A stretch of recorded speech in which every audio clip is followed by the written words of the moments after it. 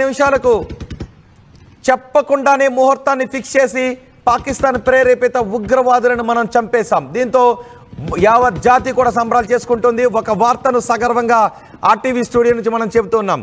ప్రపంచానికి ఈ సూర్యోదయాన్ని ఉగ్రవాదులను అంతమొందించామనే వార్తతో మనం పరిచయం చేస్తూ ఉన్నాం. సో ఈ దాన్ని ఎలా చూడాలి? ఈ దాడి తర్వాత భారత సమాజం నుంచి వస్తున్నటువంటి రియాక్షన్స్ ఏంటి? ఎస్ డెఫినెట్గా, ఎందుకంటే రాత్రి 1:44 ఏదైతే ఆపరేషన్ సింధూర్ పేరిట ఏదైతే భారత వైమానిక దళాలు ఏకంగా 9 ప్రాంతాలలో ఏదైతే ఉగ్రవాదులు ఉన్నారనే సమాచారంతో 9 ప్రాంతాలలో దాడులు నిర్వహించిందో ఆ దాడులకి ఒక్కసారిగా పాకిస్తాన్ ఉలిక్కి పడిందని చెప్పుకోవాలి. దాదాపుగా ఈ దాడుల్లో 90 మంది పైగా ఇప్పటికే ఉగ్రవాదులు మరణించినట్టుగా మనకి కొంత సమాచారం అయితే వస్తుంది. భారత్ నిర్వహించిన ఈ ఆపరేషన్ సింధూర్ ఏదైతే ఉందో ఈ తెల్లవారుజామున రాత్రి మిడ్నైట్ 1:44 జరిపిన దాడుల్లో కేవలం అరగంటలోనే ఈ దాడులన్నీ కూడా పూర్తి చేసి తర్వాత మన భారత్కు సంబంధించిన వైమానిక విమానాలు మొత్తం కూడా నేరుగా ఒక్క నిమిషం నేను ఇప్పుడే మీ దగ్గరికి వస్తాను. ఎస్, మనం ఈ దాడుల తర్వాత ఉత్తర భారతదేశంలో కొన్ని విమానాశ్రయాలను కూడా మనం క్లోజ్ చేశాం. ఎందుకంటే పాకిస్తాన్ ఎటువంటి పిరికిపంద చర్యకైనా పాల్పడే అవకాశం ఉంది కాబట్టి మనం నార్త్లో కొన్ని విమానాశ్రయాలను క్లోజ్ చేసినటువంటి దృశ్యాలు కూడా మనం ఆర్టీవీ స్క్రీన్ పైన చూస్తున్నాం. ఈ సమయంలో ఎవరు కూడా మాకు అసౌకర్యం కలిగింది అనే మాట ఎక్కడా కూడా రాదు. మేం భారత ఆర్మీకి, భారత మిలిటరీకి వెనుక ఉన్నాం. భారత మిలిటరీ ఎటువంటి చర్యలు తీసుకున్నా మేము మా భారత జాతి వెనుక కోసం నిలబడి ఉన్నామనే మాటలే అందరూ కూడా చెప్తున్నారు. మొత్తం విమానాశ్రయాలను కూడా క్లోజ్ చేశారు తాత్కాలికంగా. తదుపరి ఆదేశాలు వచ్చేంత వరకు విమానాశ్రయాలు నార్త్లో కొన్ని విమానాశ్రయాలను క్లోజ్ చేశారు తాత్కాలికంగా. తదుపరి ఆదేశాలు జారీ చేసేంత వరకు ఈ విమానాశ్రయాలు క్లోజ్ చేస్తుంటాయి. నేను చూస్తూ ఉన్నాను, అక్కడక్కడ కూడా పాకిస్తాన్ బెస్ట్ అంటూ కొంతమంది కమెంట్ చేస్తూ ఉన్నారు. ఇంకా ఈ దౌర్భాగ్యమైన కమెంట్స్ ఎందుకు చేస్తూ ఉన్నారో నాకు అర్థం కావడం లేదు. బహుశా అలాంటి వాళ్ళు ఎవరైనా ఉంటే మరోసారి చెప్తున్నాను, దేశం విడిచి వెళ్ళిపోండి, మా దేశం విడిచి వెళ్ళిపోండి. మా గడ్డపై ఉండి పాకిస్తాన్కి జై కొట్టే వాళ్ళు ఎవరైనా ఉంటే దయచేసి మా భారతదేశాన్ని వదిలి పాకిస్తాన్కి వెళ్ళిపోండి. ఇంకా కమెంట్ బాక్స్లో అక్కడక్కడ ఈ కమెంట్స్ వినిపిస్తూ ఉన్నాయి కాబట్టి నేను చెప్తూ ఉన్నాను, ఇప్పటికీ పాకిస్తాన్కి జై కొట్టే ఎవరైనా వ్యక్తులు ఉంటే వాళ్ళు మా దేశం వదిలి వెళ్ళిపోండి. భారతదేశంలో పుట్టిన వాడైనా కూడా మా దేశం వదిలి వెళ్ళిపోండి. ఎస్, నేను మా ప్రతినిధి కృష్ణమోహన్తో మాట్లాడుతున్నాను. కృష్ణమోహన్, ఈ దాడి తర్వాత ఇప్పుడు భారతదేశం చేసుకుంటున్న సంబరాలు ఏంటి? నెక్స్ట్ ఏం జరిగే అవకాశం ఉంది? డెఫినెట్గా అదే బేసిక్గా ఒకటి తెల్లవారుజామున జరిగిన దాడులు ఒకవైపుగా పూర్తిగా కూడా ఆపరేషన్ సింధూరు పేరిట ఏదైతే వైమానిక దాడులు నిర్వహించిందో భారత్, అది కూడా ఒక సర్జికల్ స్ట్రైక్ లాంటి వ్యవహారాన్ని నిర్వహించింది. ఈ సర్జికల్ స్ట్రైక్లో దాదాపుగా 90 మంది దాకా ముష్కరులు చనిపోయారు అనే ఒక సమాచారం భారత్కి అందుతుంది. మరోవైపు కూడా ఈ విమానాలు ఏమైతే వైమానిక దాడుల్లో పాల్గొన్న విమానాలు సురక్షితంగా తిరిగి తమ ప్రాంతానికి చేరుకున్న పరిస్థితి. సో ఎక్కడైతే ఈ దాడులు నిర్వహించారో ఒక్కసారిగా పాకిస్తాన్ ఉద్రిక్తతకు లోనైంది. పాకిస్తాన్ ఒకసారిగా ఉలిక్కిపడింది. పాకిస్తాన్కి ఏం చేయాలో అర్థం కాని పరిస్థితుల్లో ఎల్ఓసిలో మొత్తం కూడా కాల్పులు జరిగే ప్రయత్నం కూడా చేసింది. ఇప్పటికీ స్టిల్ ఇంకా ఎల్ఓసిలో కాల్పులు జరుగుతున్నాయి. ఆ ఎల్ఓసిలో జరుగుతున్న కాల్పులకి భారత్ తిప్పి కొడుతోంది.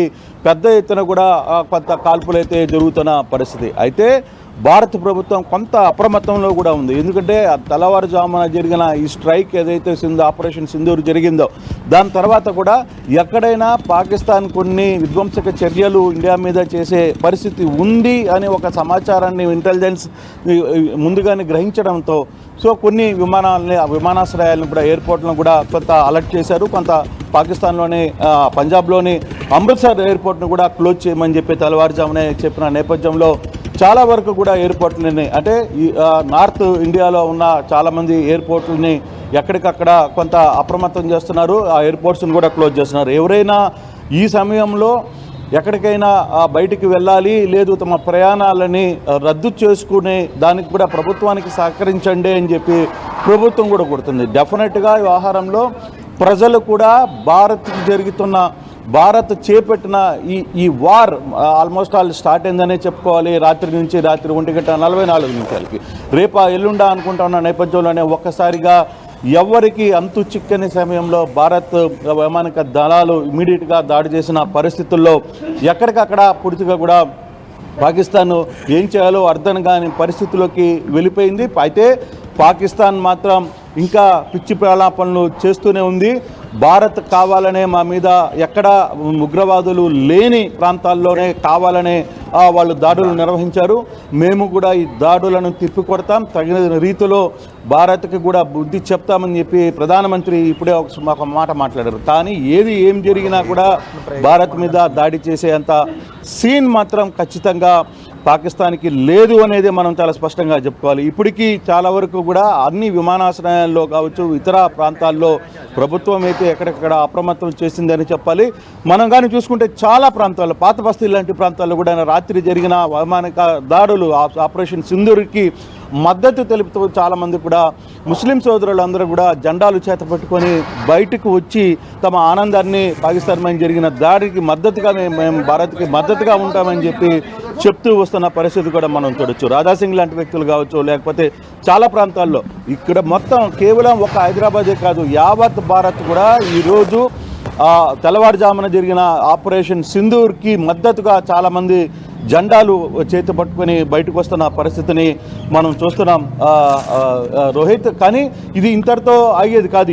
ఇది ఇంకా పోను కూడా ఒక సీరియస్ యాక్షన్గానే పోయే పరిస్థితి అయితే ఉంది. అయితే ఇప్పటికీ భారత్ ఎక్కడ కూడా ఎల్ఓసి దాటి పాకిస్తాన్ను ఎక్కడైతే ముష్కరులు ఉన్నారో చాలా ప్రాంతాల్లోకి వెళ్ళి దాడులు నిర్వహించిన పరిస్థితి అయితే చూసాం. చాలా జుమ్మా మసీదులని, కొన్ని టార్గెట్ ఉగ్రవాద సంస్థలుగా ఉన్న కొన్ని ఉగ్రవాద సంస్థలను కూడా క్యాన్సిల్ చేసిన పరిస్థితిని, వాళ్ళన్నిటి మీద కూడా దాడి చేసిన పరిస్థితిని అయితే మనం చూస్తున్నాం. సో ఏదేమైనా జరుగుతున్న ఈ వారు ఇది ఈరోజు ఇప్పటితో ఇది ఆగేది కాదు అనేది చాలా స్పష్టంగా అర్థమవుతుంది. అయితే ఇప్పుడు దాదాపుగా 20 భారత ప్రభుత్వం కూడా అప్రమత్తమైన నేపథ్యంలో దాదాపుగా 20 ఫ్లైట్లు ఎక్కడికక్కడ స్ట్రైక్ ఉంటాయి అనే నేపథ్యంలో వాళ్ళందరినీ కూడా కొంత ఆపేయడం జరిగింది. ఇండిగో కావచ్చు, స్పైస్ జెట్ కావచ్చు, ఎయిర్ ఇండియా కావచ్చు, తర్వాత ఇటువంటివన్నీ కూడా కొంత ఎఫెక్టెడ్ అయ్యే పరిస్థితులు అయితే చాలా స్పష్టంగా కనపడుతోంది. కానీ ఇప్పటికీ 90 మంది టెర్రరిస్టులు చనిపోయినట్టుగానే సమాచారం అయితే భారత్కి అందుతోంది. మరోవైపు ఇప్పుడు వరకు జరిగిన అమృత్సర్ ఎయిర్పోర్ట్ కూడా ఆల్ ఫ్లైట్స్లు కూడా మొత్తాన్ని కూడా అమృత్సర్ ఎయిర్పోర్ట్లో అన్ని విమానాలను కూడా హాల్ట్ చేసిన పరిస్థితి అయితే కనపడుతుంది. క్యాన్సిల్ చేశారు. ప్యాసింజర్స్ వివిధ రకాలుగా ఎక్కడ కూడా కొంత అసౌకర్యం కలిగించినప్పటికీ కూడా ఎవరు కూడా ఈ అసౌకర్యానికి ఎవరు చింతించడం లేదు. ఎందుకంటే ఇది జరగాల్సింది, ఎప్పుడో జరగాల్సింది. కానీ ఇంతవరకు కూడా వేచి ఉన్నాం. ఇప్పుడు ఈ వ్యవహారాన్ని జరిపినందుకు కూడా తాము భారతదేశానికి మద్దతుగా నిలబడుతున్నామని చెప్పి ప్రతి భారతీయుడు, భారతదేశంలో ఉన్న ప్రతి వ్యక్తి కులాల మతాలకు అతీతంగా వ్యవహారానికి డిఫరెంట్ ఏరియాస్ నుంచి, వివిధ ప్రదేశాల నుంచి ఈ భారతదేశం పాకిస్తాన్ ఉగ్ర శిబిరాలపై చేసిన దాడికి సంబంధించి రియాక్షన్స్ ఏ విధంగా వస్తున్నాయి మనం చూద్దాం. మీకు ఒక ఇంపార్టెంట్ విజువల్ చూపించబోతున్నాను. మిసైల్ వెళ్తున్నటువంటి దృశ్యాన్ని మీకు చూడాలనిపిస్తుందా? నిజానికి మనం ఈరోజు సైరన్లు మాక్ డ్రిల్ నిర్వహిస్తారు. ఆ సైరన్ విన్నప్పుడు మనం ఎలా వెళ్ళాలి అన్న దాని గురించి ఆ సైరన్ మూత వింటామేమో అని అనుకున్నాం. కానీ ఆ సైరన్ మాక్ డ్రిల్ మోత శబ్దం వినడానికి కొన్ని గంటల ముందే మన మిసైల్ చేసిన సింహ గర్జనలో వాళ్ళ పాకిస్తాన్ ఉగ్రవాదుల చావు కేకలు కలిసిపోయాయి. వాళ్ళ ఊపిరి అందులో కలిసిపోయింది, వాళ్ళ దేహాలు అందులో కలిసిపోయాయి, ఉగ్రవాదులు అందులో కలిసిపోయాయి. చూడండి ఒకసారి మిసైల్, మనం మిసైల్ ప్రయోగిస్తున్నటువంటి దృశ్యాలు, మన ఎయిర్ క్రాఫ్ట్లు సన్నద్ధమైనటువంటి దృశ్యాలు, మిసైల్ ప్రయోగిస్తున్నటువంటి దృశ్యాలు కూడా ఇప్పుడు నేను మీకు చూపించబోతున్నాను. మన రఫేల్ యుద్ధ విమానాలు పాకిస్తాన్ పీచమనర్చడానికి చేస్తున్నటువంటి ప్రయత్నాలు చూసారా. రాత్రి 1:40 మనం గస్తీని కాస్తూ కేవలం పౌర సమాజం మీద, మిలిటరీ మీద కాకుండా కేవలం ఉగ్రవాదుల పైన మనం దాడి చేస్తున్నటువంటి దృశ్యాలు. మనం పహల్గామ్ దాడి తర్వాత ప్రతిరోజు కూడా త్రివిధ దళాలను మనం సన్నద్ధం చేసుకుంటూ వచ్చాం. ఆ సన్నద్ధత గురించిన వివరాలను ఎప్పటికప్పుడు ప్రభుత్వం సమీక్షిస్తూనే ఉంది. ఈ తెల్లవారుజామున 1:44 మన త్రివిధ దళాలు సంయుక్తంగా చేసినటువంటి దాంట్లో రెండో బాక్స్లో చూడండి, పాకిస్తాన్ ఉగ్రవాదుల చావు కేకలు కలిసిపోతున్నటువంటి ప్రదేశం అదే. రెండో బాక్స్లో చూస్తున్నారా, అక్కడ పొగ కనిపిస్తోంది, మనకి మంట కనిపిస్తోంది కదా. ఆ దృశ్యాలు మీకు కనిపిస్తున్నాయి కదా, ఆ దృశ్యాల్లోనే ఉగ్రవాదుల చావు కేకలు కలిసిపోయాయి, ఉగ్రవాదులు మాడి మసైపోయారు. మనం ప్రయోగించిన మిస్సైల్ చేసిన సింహ గర్జనలో ఉగ్రవాదుల చావు కేకలు కలిసిపోయి ఈ సూర్యోదయాన్ని మనం ప్రపంచానికి ఉగ్రవాదులను చంపేశాము అనే శుభవార్తతో మనం పరిచయం చేస్తూ ఉన్నాం. మా ప్రతినిధి మనోజ్ కూడా మనకు అందుబాటులో ఉన్నారు. ఒకసారి మనోజ్ దగ్గరికి వెళ్దాం. మనోజ్, భారత్ పాకిస్తాన్కి ఊహించిన షాకే ఇచ్చింది. మొన్న 24 గంటలు 36 గంటలు అంటూ మాట్లాడారు. ఆ తర్వాత భారత్ ఏమీ చేయలేదు ఏంటి అనేటటువంటి ఒక ఆలోచనలో ఉన్నారు. ఆ తర్వాత 10వ తారీఖు 11వ తారీఖు అన్నారు. సో ఎటువంటి ఊహలకు అందని విధంగా మనం పాకిస్తాన్ ఉగ్రవాదుల పీచమనిచాం. పాకిస్తాన్ ఉగ్ర శిబిరాలపై మనం దాడి చేశాం.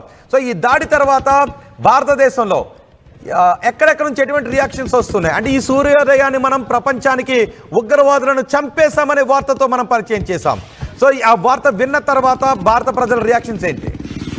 ఎగ్జాక్ట్ రోహిత్, ఇప్పుడు కదా అనిపిస్తోంది మేరా భారత్ మహాన్ అని. చాలా గర్వంగా 140 కోట్ల ప్రజలు చెప్పుకుంటున్న పరిస్థితి. ఎందుకనంటే ఏదో పిచ్చి పిచ్చి కారు కూతలు, భారతీయుల రక్తం పారిస్తాం, భారతీయుల్ని చంపేస్తాం, భారతీయుని అణిచివేస్తాం, భారతదేశాన్ని ఏకంగా ముస్లిం దేశంగా మరీ ముఖ్యంగా పాకిస్తాన్ ఆక్యుపై చేస్తామని చెప్పి పిచ్చి పిచ్చి కూతలు, కారు కూతలు కూర్చోండి పాకిస్తానీలకి ఒక సరైన దెబ్బగా మనం ఇక్కడ